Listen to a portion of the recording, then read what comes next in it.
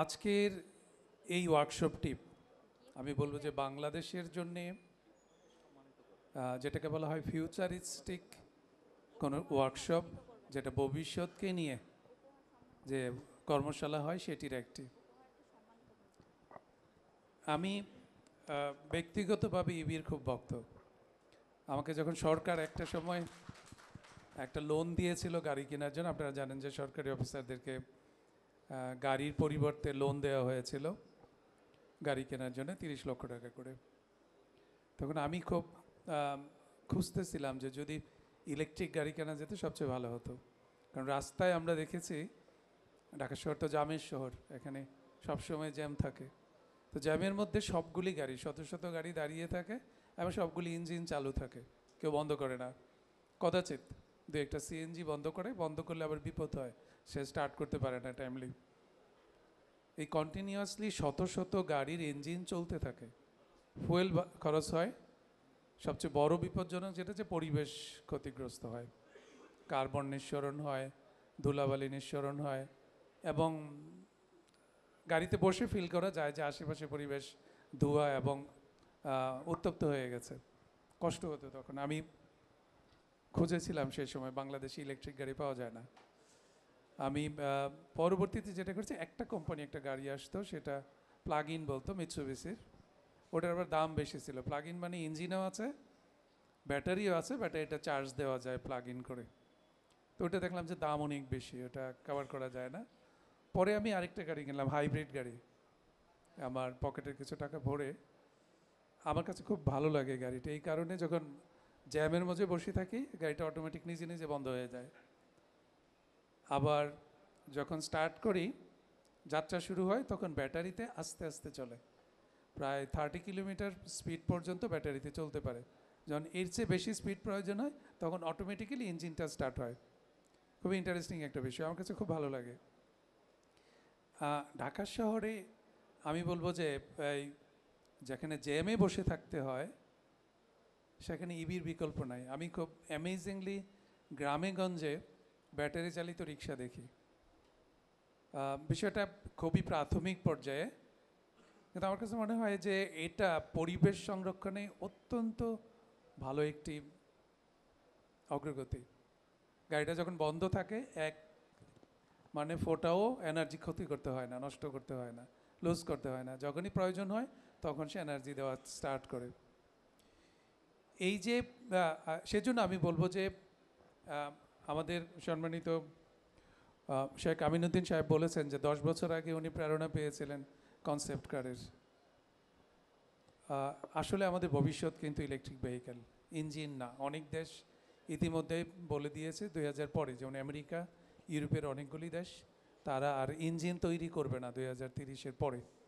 Engine যে ইন্ডাস্ট্রিগুলো আছে এগুলি বন্ধ হয়ে যাবে। তো ইভির ক্ষেত্রে টেসলা একটা তারা রিভলিউশনারি চেঞ্জ এনেছে। প্রথমত তাদের ব্যাটারির ক্ষেত্রে, মানে এনার্জি স্টোরেজের একটা খুব এফিশিয়েন্ট রাস্তা তৈরি করেছে। এবং একই সাথে চাইনিজ আর একটা কোম্পানি বিওআইডি, হ্যাঁ, তারাও আবার এগিয়ে এসেছে, এবং সারা বিশ্বে সম্ভবত এখন বিওআইডির গাড়ি সবচেয়ে বেশি চলে, বেশি বিক্রি হয় ইন্টারেস্টিংলি।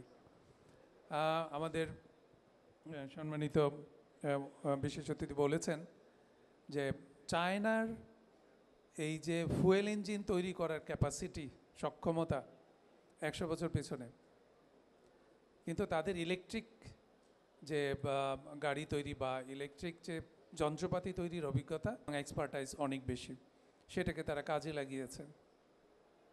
আমি দৃঢ়ভাবে বিশ্বাস করি বাংলাদেশের সেই ফুয়েল ইঞ্জিন তৈরি করার সক্ষমতা হয়তো হবে না, সেই যুগটা আমরা স্কিপ করতে পারবো, পার করতে পারবো, যে আমাদেরকে আর ফুয়েল ইঞ্জিন তৈরি করার চেষ্টা করতে হবে না। কিন্তু প্রচুর সম্ভাবনা রয়ে গেছে এই ইলেকট্রিক ভেহিক্যালের, বিপুল সম্ভাবনা, যেটা গ্রামেগঞ্জে তাকালেই দেখা যায়। আমাদের পরিবেশ সংরক্ষণ, এনার্জি এফিশিয়েন্ট গাড়ি চালানো, সব কিছু। একটা সময় আমাদের দেশে ক্লিন এনার্জি পাবেন সাফিসিয়েন্ট, তখন সেই এনার্জি ব্যবহার করার হয়তো জায়গা থাকবে না। এই ভেহিকেল চার্জিং সেটা একটা বড় স্কোপ হতে পারে। আমাদের বড় ভাই শেখ আমিনুদ্দিন বলেছেন যে রাতের বেলা আমাদের ইলেকট্রিসিটি ইউজ কমে যায়, তখন যদি এই গাড়িগুলি চার্জ দেওয়া হয় তাহলে অনেক সেটা সুবিধা, অনেক সুবিধা। জি, আমি আমি যে এলাকায় থাকি আশেপাশে কোনো পেট্রোল পাম্প নেই। যখনই গাড়ির পেট্রোল ভরতে হয় আমি বিপদে পড়ে যাই। আমাকে অন্তত বেশ কিছু এলাকা ঘুরে যেয়ে পাম্প খুঁজতে হয়। আমি বলবো যে যদি ইভি হয়, it can be anywhere, even আমার বাসায় আমি একটা চার্জার বসাতে পারি, যেটা প্লাগ ইন করে আমি গাড়িটা চার্জ দিতে পারবো। ইভির অনেকগুলি সুবিধা আছে।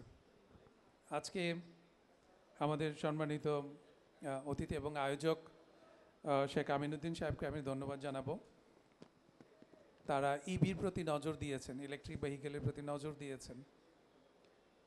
আমি যখন ইউনিভার্সিটিতে পড়ি ফার্স্ট ইয়ার সেকেন্ড ইয়ারে, তখন বোতলজাত পানি আসে বাজারে।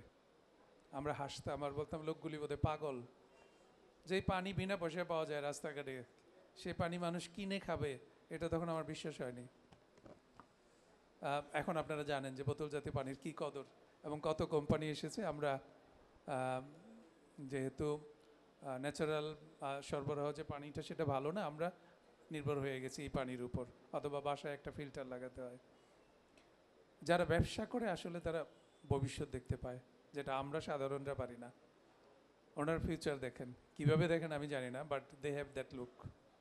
আমি বলবো যে আমি ব্যক্তিগতভাবে কমার্স মিনিস্ট্রিতে দীর্ঘদিন কাজ করেছি, ডব্লিউটিও সেলে, এবং জুটের উপর অ্যান্টি ডাম্পিং ডিউটি আরোপ করেছে একটা দেশ, সেটা নিয়ে আমি অনেক দিন কাজ করেছি। আমরা জানি আদমজি জুট মিল বন্ধ হয়ে গেছে, আরও 25টা রাষ্ট্রায়ত্ত জুট মিল বন্ধ হয়ে গেছে। আমরা এই সেক্টরটা নিয়েই খুবই হতাশ। হঠাৎ করে শুনলাম যে আকিস গ্রুপ প্রায় 1500 কোটি টাকা না এই জুট সেক্টরে উনি ইনভেস্ট করতে চান। আমার মনে হলো আর কি ব্যাপার, যেটা যে সেক্টরটার যে সেক্টর সবচেয়ে বড় এখন আদমজি নেই, তো যেই সেক্টরটা ডুবে যাচ্ছে ওখানে বলতেছে তারা হিউজ ইনভেস্টমেন্ট নিয়ে আসবেন। পরে আমরা বুঝলাম যে হ্যাঁ, তারা বুঝতে পেরেছে যে এই জুটের ভবিষ্যৎ সামনে, যেটা এনভায়রনমেন্ট ফ্রেন্ডলি। আজকে আমরা পরিবেশের কথা শুধু মুখে বলি তা না, আপনি বিদেশে উন্নত দেশগুলিতে যখন কোনো পণ্য বিক্রি করতে যাবেন, তাদের মাথায় চলে এসেছে পরিবেশ। আমি যে প্রোডাক্টটা তৈরি করছি এটা কি পরিমাণ পরিবেশ ক্ষতি করছে সেটা মাপ দিয়ে পরিমাপ করে তারা বিচার করে এই পণ্যটা কিনবে কি কিনবে না। যে কোনো কারণেই হোক, পরিবেশ দূষণের কারণেই হোক বা যে কোনো কারণে হোক, অন্য দেশের মানুষ অনেক বেশি পরিবেশ সচেতন। আসলেও তাই। আজকে আমরা যে ফসিল ফুয়েল তেল, যেটা মাটির নিচ থেকে আহরণ করে জ্বালানি হিসাবে ব্যবহার করছি, এটা তো এই পৃথিবীর সম্পদ। এই পৃথিবীতে কি আমরাই জনগোষ্ঠী, এই জেনারেশন, এই 100 বছর 200 বছরই মানুষ থাকবে নাকি ভবিষ্যতে থাকবে? তাদের জন্য তেল থাকবে কোথায়, গ্যাস থাকবে কোথায়? তারাও তো এই পৃথিবীর সন্তান হবে। তাদের একটা দাবি আছে এই পৃথিবীর প্রতি যে এই ন্যাচারাল রিসোর্স তোমরা যতটুকু ভোগ করবে আমাদের জন্য ততটুকু রেখে যাবা। হাজার হাজার বছরের পরের জনসাধারণ মানুষ কিসের উপর ডিপেন্ড করবে? তার দাবি আমি কিন্তু তার ন্যায্য হিস্সা আমি উপভোগ করে ফেলছি, আমি খরচ করে ফেলছি। আর মাটির নিচে তেল থাকবে না, গ্যাস থাকবে না, যেটা 100 বা 1000 বছর পরের মানুষ ব্যবহার করতে পারবে। সুতরাং সাধারণ মানুষের দাবি এই ন্যাচারাল রিসোর্স আমরা যদি খরচ করি তাদের জন্য যেন কিছু না কিছু হলেও রেখে যাই। মানুষ সচেতন এই জন্য, পরিবেশ ধ্বংসের কারণে আস্তে আস্তে মানুষের যে বসতি পৃথিবী থেকে ধ্বংস হয়ে যাওয়ার উপক্রম হচ্ছে। আমরা এখন আর মানে শীত আসতে দেরি হয়, গরম আসতে দেরি হয়, বৃষ্টির সিজনে বৃষ্টি হয় না, এগুলি আমরা দেখি। কোথাও অতি গরম, আবার কোথাও এমন বরফ পড়ে অস্বাভাবিক, যেখানে মানুষের জনচলাচল বন্ধ হয়ে যায়। এই যে পরিবেশের বিপর্যয়, এই বিপর্যয় রোধ করার জন্য কিন্তু মানুষ সচেতন, সাধারণ মানুষ সচেতন। আমরা যে প্রোডাক্টগুলি বিক্রি করি, ইভেন আমরা যে গার্মেন্টস প্রোডাক্ট বিক্রি করি ইউরোপে, তারা বলে দিছে আর কয়েকদিন পরে তোমাদের গার্মেন্টসে আমরা মাপ দিব কি পরিমাণ কার্বন নিঃসরিত হচ্ছে এটা প্রডিউস করতে, যে সেটা অনুযায়ী আমরা ট্যাক্স বসাবো।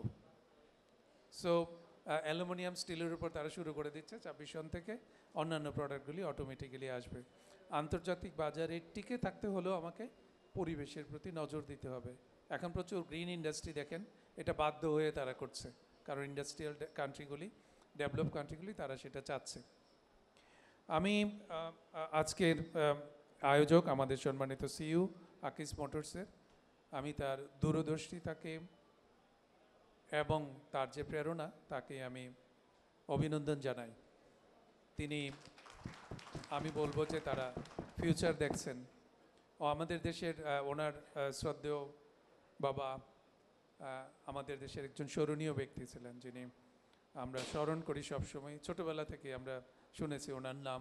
উনি একজন অত্যন্ত সফল উদ্যোক্তা এবং শিল্পপতি। আমরা অনেক শিল্পপতির সন্তানদেরকে দেখেছি তারা দেশে থাকে না, যেহেতু বাবার টাকা পয়সা আছে বিদেশে চলে যায়, বিলাসী জীবনযাপন করে। আমি খুবই সারপ্রাইজড এবং অনুপ্রাণিত যে আমাদের সম্মানিত ব্যক্তির ওনার সন্তানরা দেশে আছেন এবং শিল্পায়নে কাজ করে যাচ্ছেন কন্টিনিউয়াসলি। হাজার হাজার লক্ষ লক্ষ মানুষের যে কর্মসংস্থানের ব্যবস্থা করছেন এবং নতুন নতুন পথ দেখাচ্ছেন শিল্পায়নের। তন্মধ্যে অন্যতম হলো এই ইলেকট্রিক ভেহিকেল তৈরি করা। আরও কয়েকটা কোম্পানি স্টার্ট করেছে। আমি ওনার সাথে আরেকটা অনুষ্ঠানে ছিলাম, ইলেকট্রিক শো সম্ভবত। তো ওখানে আমরা আলোচনা করেছিলাম যে ইলেকট্রিক ভেহিকেল কারা করে এবং এটার প্রচুর ভবিষ্যৎ আছে অনেকভাবে। সুতরাং এটাকে কিভাবে সাপোর্ট দেওয়া যায়। আমি দীর্ঘদিন সরকারে কাজ করেছি, এখন এফবিসিসিআইতে।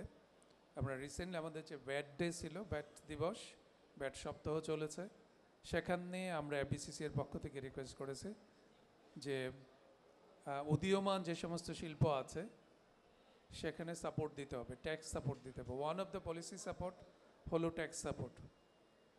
ট্যাক্স ভ্যাটে যদি সাপোর্ট দেওয়া না হয় তাহলে ইন্ডাস্ট্রিটা দাঁড়াবে না।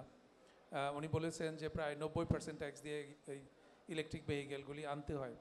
একটা ফুয়েল চালিত ভেহিকেল যেই পরিমাণ পরিবেশ দূষণ করে, যেই পরিবেশ ইভেন আমার স্বাস্থ্যের কারণ ঘটায়, আমাকে হসপিটালে যেই পরিমাণ টাকা খরচ করতে হয়, এটা যদি মেজার করেন আমাদের স্যারেরা ইউনিভার্সিটি স্টাডি করে থাকেন এগুলি নিয়ে, তাহলে দেখা যাবে এটা এই আমি যদি ট্যাক্স রিবেটটা বা ট্যাক্স ইনসেন্টিভটা এই ইন্ডাস্ট্রিকে দেই, আমার স্বাস্থ্য সমস্যা অনেকখানি কমে যাবে। সরকারের সাধারণ মানুষের অনেক মানে হেলথ কস্ট কমে যাবে। সুতরাং এই জায়গায় সাপোর্টটা দেয়া দরকার, একান্তভাবেই দরকার। আমি বলবো যে 2-3 দিক থেকে দেওয়া দরকার। আমাদের একটা ডাইভার্সিফিকেশনের জন্য দরকার। আমাদের প্রচুর সম্ভাবনা আছে ইলেকট্রিক ভেহিকেল এক্সপোর্ট করার। আমাদের ইউনিভার্সিটিগুলি, আমাদের যে শিক্ষা প্রতিষ্ঠানগুলি আমাদের ইন্ডাস্ট্রির সাথে কানেকশন নেই অনেকটা। এই কানেকশনটা তৈরি করতে হবে। আমাদের স্যার আছেন মার্কেটিংয়ে, ওনারা যোগাযোগ করছেন, কিন্তু রিসার্চ অ্যান্ড ডেভেলপমেন্ট এই ইলেকট্রিক্যাল এই জায়গাগুলিতে ছোটো ছোটো কম্পোনেন্ট বিভিন্ন সাইটটা ডেভেলপ করার জন্য আমাদের বিশ্ববিদ্যালয় বা টেকনিক্যাল ইনস্টিটিউটগুলি কিন্তু কাজ করতে পারে, রিসার্চ করতে পারে, সহায়তা করতে পারে। সেই জায়গাটা একটা সাপোর্ট দরকার। ইলেকট্রিক ভেহিকেলে ট্যাক্স কমানো দরকার। নতুন যারা ইন্ডাস্ট্রি স্টার্ট করছে তাদের ট্যাক্স কমানো দরকার। আমি একটা রিকোয়েস্ট ওনাকে ফাইনালি করব যে আমি যখন হাইব্রিড গাড়ির একটা সমস্যা হয়ে গেছিলো, ওয়ার্কশপ, আমি কোথাও রিলায়েবল ওয়ার্কশপ পাইনি। কারণ ওয়ার্কশপে গেলে বলেছে এই ব্যাপারে আমাদের কোনো ট্রেনিং নাই। ওয়ার্কশপ অ্যাসোসিয়েশন এফবিসিসিআইতে এসেছিলো, বলছে নতুন যে টেকনোলজিগুলো আসছে হাইব্রিড গাড়ি, ইলেকট্রিক গাড়ির, এইটা ট্রেনিং কেউ কোথাও দেয় না। ইন্টারেস্টিংলি গাড়ি আসছে দেশে, কিন্তু কেউ ট্রেনিং দিচ্ছে না। তারা নিজেরা ভাঙচুর করে, নষ্ট করে করে শিখছে ওয়ার্কশপগুলিতে। আমি শ্রদ্ধেয় বড় ভাই শেখ আমিনুদ্দিনকে রিকোয়েস্ট করবো আপনারা এই জায়গাটা একটু, কারণ এই ভেহিকেলগুলি সারা দেশে যখন চলবে, সারা দেশে মেরামতের প্রয়োজন হবে। আপনারা ট্রেনিংয়ের যদি একটু ব্যবস্থা করেন তাহলে এটা সারা দেশে ছড়াবে। আমি আর কথা বাড়াচ্ছি না, নামাজের সময় আপনারা ধৈর্য ধরে শুনেছেন। আমি আবারও